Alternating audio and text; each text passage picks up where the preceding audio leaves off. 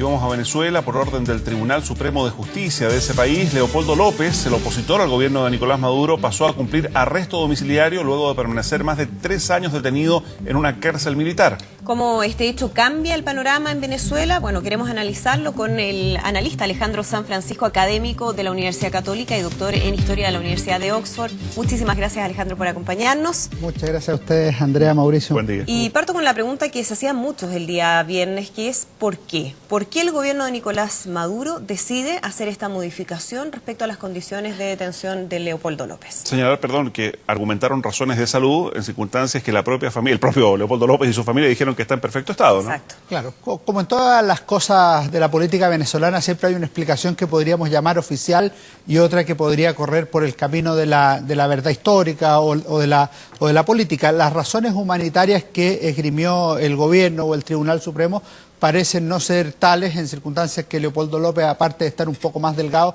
está bastante bien. Incluso algunos han ironizado en el sentido de que no habría recibido las torturas que él acusó en algún momento porque está muy sano. Sin embargo, es probable que esto se ubique más bien en un doble proceso que está viviendo la sociedad venezolana. Por una parte, se han cumplido 100 días desde el inicio de las protestas bastante masivas que han ocurrido no solo en la capital, en Caracas, sino que en todo el país y que han significado lamentablemente unos 90 muertos en todo este periodo.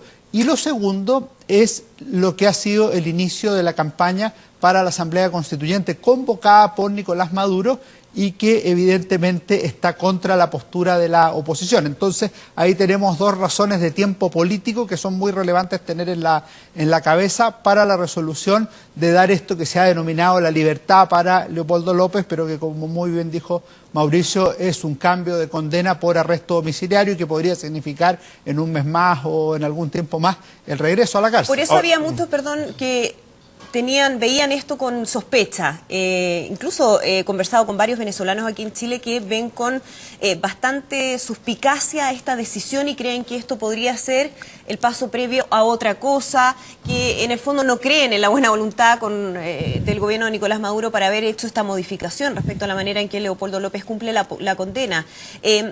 ¿Tiene que ver con la presión internacional, lo que ha pasado a nivel de la calle? ¿Cómo lo analizas tú, Alejandro? Puede ser. Lo que ocurre es que si uno analiza cómo llegó Leopoldo López a la cárcel ahí el 2014, fue en las manifestaciones de febrero de ese año. Exacto. Que se denominaron la salida y que significaron al final la detención de Antonio Ledesma, la pérdida del cargo de Corina Machado y la propia detención de Leopoldo López, que en cualquier caso a la comunidad internacional le parece que 14 años por llamar una protesta, aunque haya tenido problemas, es una exageración y es un resabio dictatorial contracíclico en lo que ha ocurrido en América Latina en los últimos años. Entonces, la liberación de Leopoldo López o el arresto domiciliario de Leopoldo López hoy día obedecería a una especie de generosidad repentina del gobierno, pero que yo la sitúo y pienso, al igual que esos venezolanos, que hay que esperar cómo se cierra la historia. Lo más probable es que después de la Asamblea Constituyente cambie el escenario político en Venezuela y la Asamblea Constituyente a mí me parece que se le ha dado poca importancia a nivel internacional y también en la discusión pública.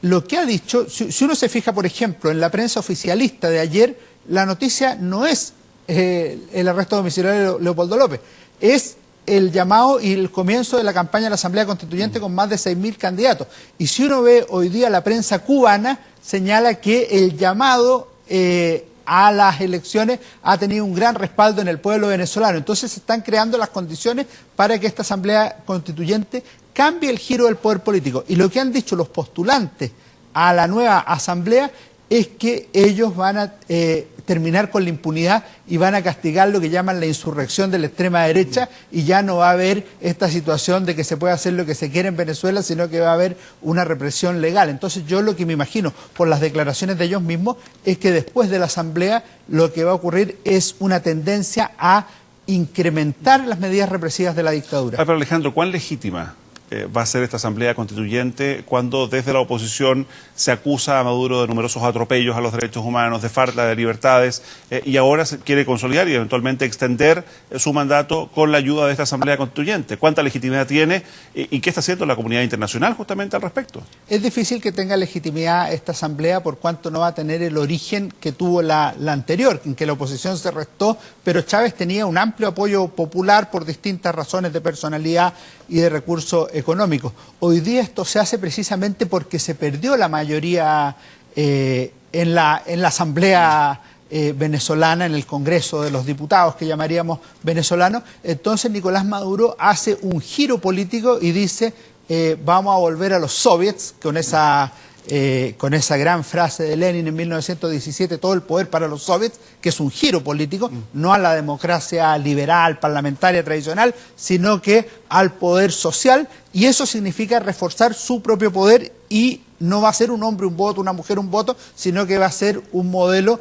con territorios donde los chavistas van a tener más representación. ¿Y la comunidad internacional en todo esto? Porque más allá de los mensajes del secretario general de la OEA, más allá de un par de mensajes aislados, ¿qué pasa con la comunidad internacional que aparentemente ve con cierta pasividad las protestas, los muertos en las protestas y todo lo que está ocurriendo en Venezuela? Y lo más probable es que siga siendo así. Lo que ha hecho Luis Almagro es bastante notable considerando el silencio que tuvo en general la OEA antes de que llegara este nuevo secretario general. Entonces, se está haciendo una tarea importante.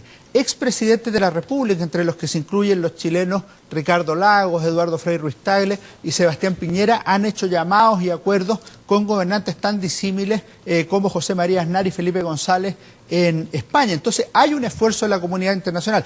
Y si Leopoldo López es conocido hoy, es porque se transformó en una especie de Nelson Mandela, guardando las proporciones de tiempo y de ideología con el líder sudafricano. Y es porque su mujer Lilian Tintori hizo una verdadera campaña de despliegue internacional para obtener un respaldo. Y en ese sentido la comunidad ha reaccionado, pero no hay poder. O sea, hay una autoridad que puede decir algunas cosas, pero no hay ningún poder para intervenir en la política venezolana, más aún cuando el propio régimen se ha retirado de estas instancias internacionales. Ahora, Alejandro, hay otro hecho que antecede a este cambio en términos de la detención de Leopoldo López, que es lo que ocurrió con este incidente todavía confuso del helicóptero en contra del Tribunal Supremo de Justicia, ¿no? Donde aparece un personaje que para algunos es un actor, para otros efectivamente representa que hay un quiebre al interior de la policía y las Fuerzas Armadas en Venezuela. ¿Qué tan real puede ser eso? Estoy pensando en que ya haya un sector de las Fuerzas Armadas venezolanas que no estén dispuestos a seguir respaldando al gobierno de Nicolás Maduro.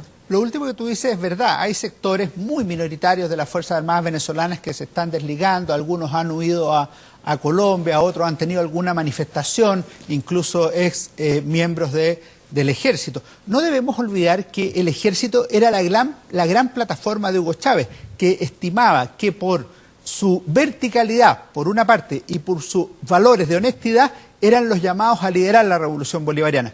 Hoy eso ha cambiado parcialmente, pero todavía concentra el poder el gobierno de Nicolás Maduro. Si yo tuviera que interpretar ese helicóptero, yo lo interpretaría como un ensayo para ver las reacciones. Esa sería mi impresión. No creo que tenga una realidad de golpe de Estado. No me imagino una persona haciendo un golpe de Estado en un helicóptero unipersonal, ni las mejores series de Netflix. Pero tampoco cree en la teoría del montaje que tenían algunos respecto a que esto lo habría planeado el propio gobierno de Nicolás Maduro. Yo en la fórmula mía caben las dos posibilidades, o sea, cabe el montaje o cabe que alguien de la oposición diga veamos cómo reacciona la comunidad nacional e internacional. No olvidemos que a los días siguientes hubo un ataque al Congreso y bastante violento, y la escena... y además impune. Recordemos, entra un grupo de partidarios del gobierno con la permisividad de la Guardia, que además había sido condecorada en los días previos por el propio Nicolás Maduro, y termina golpeando con palos y a patadas en el suelo a parlamentarios opositores, ¿no? Incluidas algunas mujeres. Así es, lo que nos daría lugar a pensar que podría haber habido alguna coordinación en eso, que es lo más probable. Efectivamente, lo que ocurre, que es el tema de fondo, es que hoy día, agotadas las fórmulas democráticas, la mejor de todas era ciertamente el referéndum revocatorio, en el que Nicolás Maduro podía ganar, él tenía la certeza que iba a perder, no lo llama, y esa era la fórmula democrática por excelencia. Y eso ha sido un esfuerzo sistemático de la oposición. La oposición al chavismo y a Maduro era minoritaria, era consistentemente minoritaria en las elecciones. Y además, al haber apoyado un golpe contra contra Hugo Chávez, tenía la fama de que eventualmente no estaba por las vías democráticas. En los últimos 3 o 4 años ha tenido un doble proceso. Por un lado, de consolidar su posición dentro de la democracia al interior de Venezuela y a nivel internacional, y por otro lado, de consolidar el crecimiento y transformar esa mayoría sociológica que tenía en una mayoría electoral. ¿Y quién se consolida hoy día como el líder opositor venezolano? ¿Es Capriles? ¿Es Leopoldo López? ¿Es alguno más? Yo creo que los liderazgos son plurales, va a ser muy difícil saber cómo se va a resolver al final. Leopoldo López, por su inteligencia y por haber estado en la cárcel, tiene un liderazgo que es superior al de otros. Corina Machado es muy activa y también ha liderado desde algún tiempo la oposición venezolana. Capriles ciertamente está ahí a tiro de cañón por lo que fue en los pasados años. Yo creo que incluso podría emerger alguna figura como las que han salido desde el régimen de Maduro, descolgándose para abrir una transición hacia la democracia que sea pacífica y evitar de esa manera que haya una resolución armada del conflicto, que se pueda dar en fórmula de golpe de Estado, autogolpe, o lo más grave de todo, y Dios no lo quiera, una guerra civil. ¿Y qué pasa ahí con los respaldos políticos al interior del chavismo, o más bien que respaldan actualmente el gobierno de Nicolás Maduro? Cuando hemos visto, por ejemplo, el caso de Luisa Ortega, que era chavista y que posteriormente termina siendo una de las personas que alza la voz en contra de lo que está haciendo el gobierno de Nicolás Maduro. ¿Hay quiebres al interior del chavismo? ¿Cómo lo evalúas? Hay descuelgue al interior del chavismo en un doble sentido. Hay algunos que dicen que Nicolás Maduro se ha desviado del legado de Hugo Chávez y que el llamado a la Asamblea Constituyente para liquidar la Constitución chavista sería una manifestación de eso.